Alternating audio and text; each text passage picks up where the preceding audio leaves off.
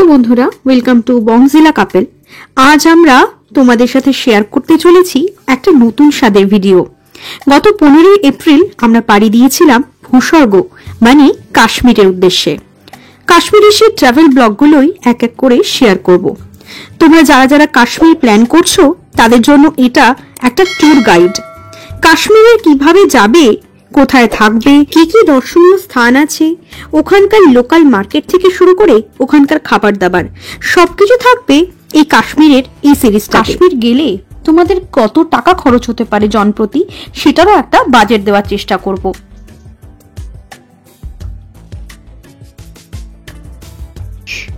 ওই দেখো, ওই দূরে দেখা যায় হিমালয়ের 13,000 ফুট উচ্চতার পীর পাঞ্জাল রেঞ্জ। আর এভাবেই আমরা এত সুন্দর দৃশ্য দেখতে দেখতে পৌঁছে গেলাম শ্রীনগর। বলে রাখি, আমাদের ফ্লাইট ছিল দুপুর 2:30 নাগাদ, সেটা বিকেল 5টায় আমাদের শ্রীনগর পৌঁছে দেয়।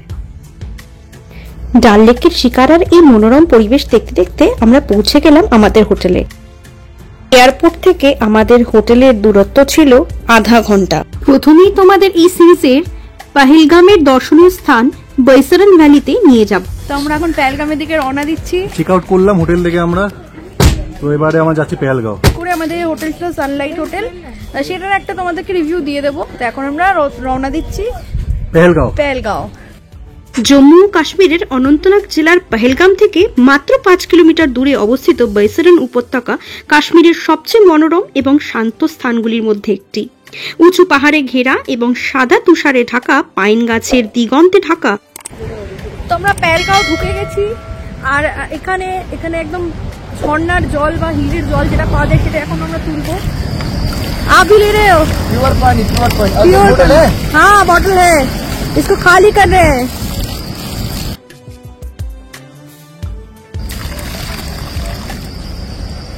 देखो प्रचुर मानुष কিন্তু এখান থেকে জল নিচ্ছে। ये पानी यहाँ पर बहुत फेमस है और ये एकदम नेचुरल पानी है। इसको पी के देखते हैं कैसा होता है।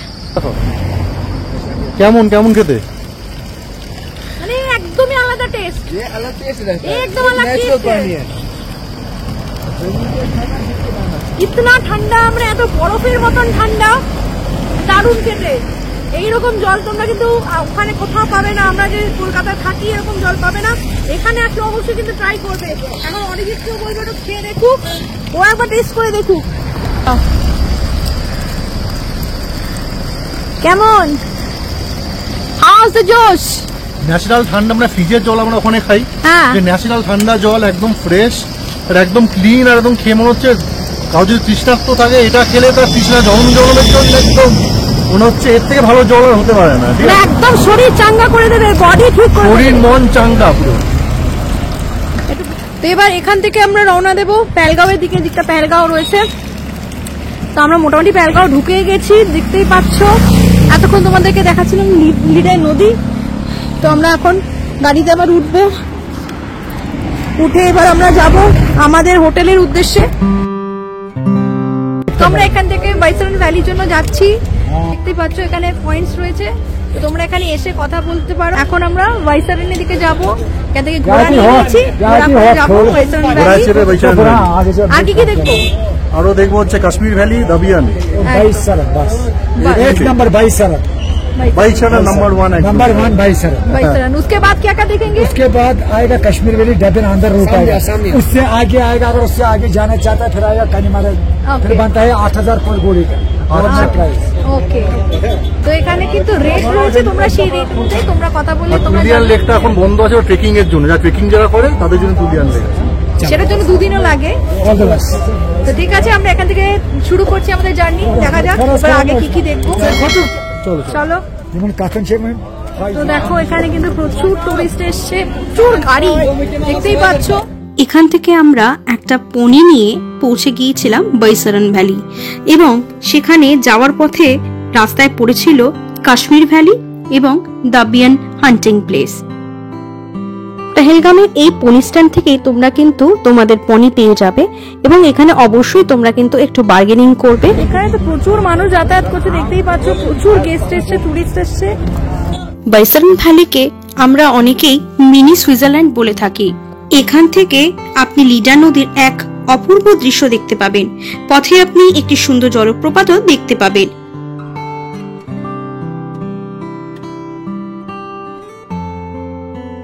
ঠিক আছে। ঘোড়ায় উঠে পড়েছি, একদম অটোকে আছে।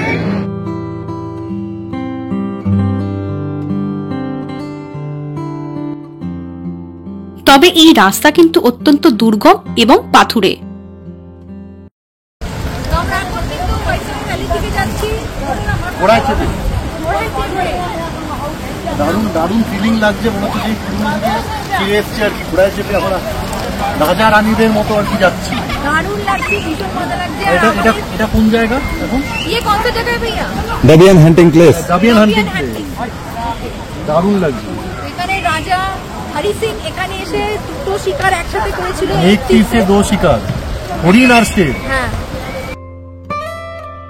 ফাইনালি আমরা চলে এসেছি মিনি সুইজারল্যান্ড বাইসারান ভ্যালি। এটা হচ্ছে এন্ট্রি পয়েন্ট। আর এই যে পুরো ভ্যালিটা দেখো,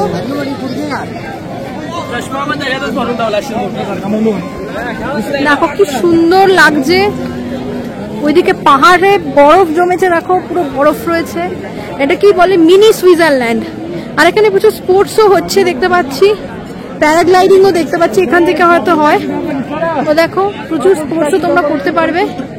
এখানে ছবি তোলা থেকে শুরু করে সবকিছু অ্যাভেলেবেল আছে, খাবার দাবার সবকিছু রয়েছে। এখানে একটা খাবারের স্টল রয়েছে প্রচুর, এদিকটাতে খাবারের প্রচুর স্টল রয়েছে এদিকে। আর আমরা একটু ভ্যালিতে এবার ঘুরবো। অসাম লাগছে। মানে এতটা জার্নি করে, হ্যাঁ।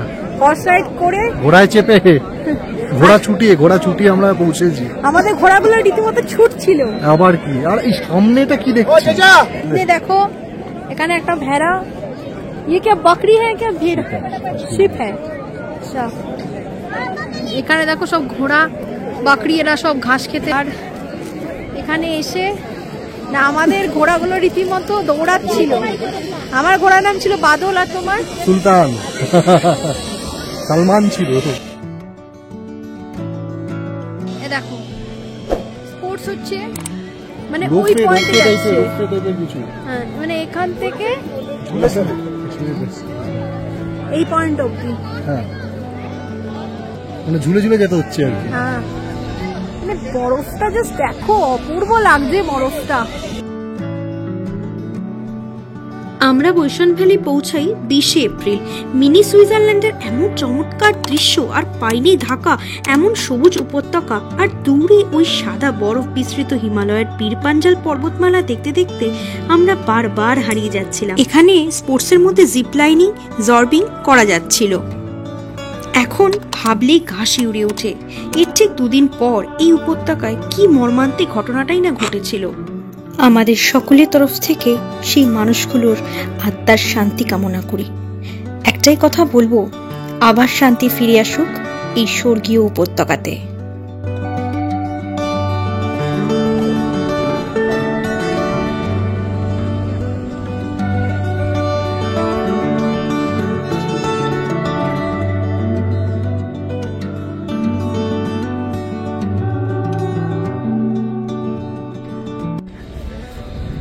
তো আমরা চারিদিকটা ঘুরছি।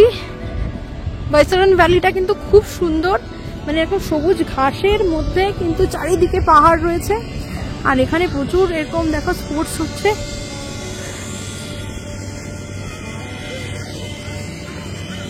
বিকেল তখন 4:20 বাজে। আমাদের সহিস বলে দিয়েছিল ঠিক এই সময়ের মধ্যে কিন্তু এন্ট্রি গেটের সামনে আসতে, কারণ যাত্রাপথ 10 কিলোমিটার, নিচে নামার পথ অতি দুর্গম।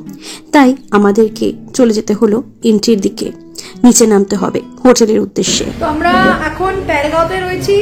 আর এখানে একটা বাঙালি রেস্টুরেন্ট আমরা পেয়ে গেছি, বান্টি বর্ধমান বেঙ্গলি হোটেলে আমরা আজকে খেলাম। তো প্যারগাঁও এসে যে সমস্ত বাঙালিরা দেখছো এই ভিডিওটা, তোমরা অবশ্যই কিন্তু এখানে এসে খাবার দাবার ট্রাই করবে, খুব ভালো খাবার। এই যে বান্টি দাদা, দেখে নাও। তো যারা বাঙালি খাবার খেতে চাও এখানে এসে অবশ্যই খাও, বেলগাঁওতে এসে একদম বান্টি বর্ধমান বেঙ্গলি হোটেল। একদম মানে ফুল ফ্যামিলি নিয়ে কিন্তু ওরা কিন্তু এই রেস্টুরেন্টটা চালাচ্ছে। ওরা শালাও রয়েছেন। শালাবাবু কোথায় গেলে? একটু হাই করে দিন। তো শালাবাবুর সাথে কথা হলো।